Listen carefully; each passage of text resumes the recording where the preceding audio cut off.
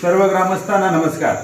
तसेच तामलवाडी पंचायत गणातील सर्व मतदार बंधू भगिनींनाही नमस्कार।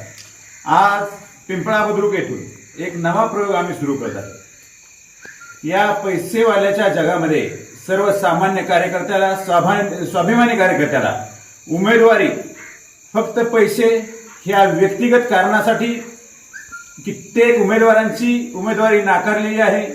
25-25 वर्ष ज्यांनी अखंड सेवा केली, पक्षाची केली, पक्षनिष्ठा राखली, त्यांचीही उमेदवारी कुठेतरी पैशासाठी धोक्यात येत आहे।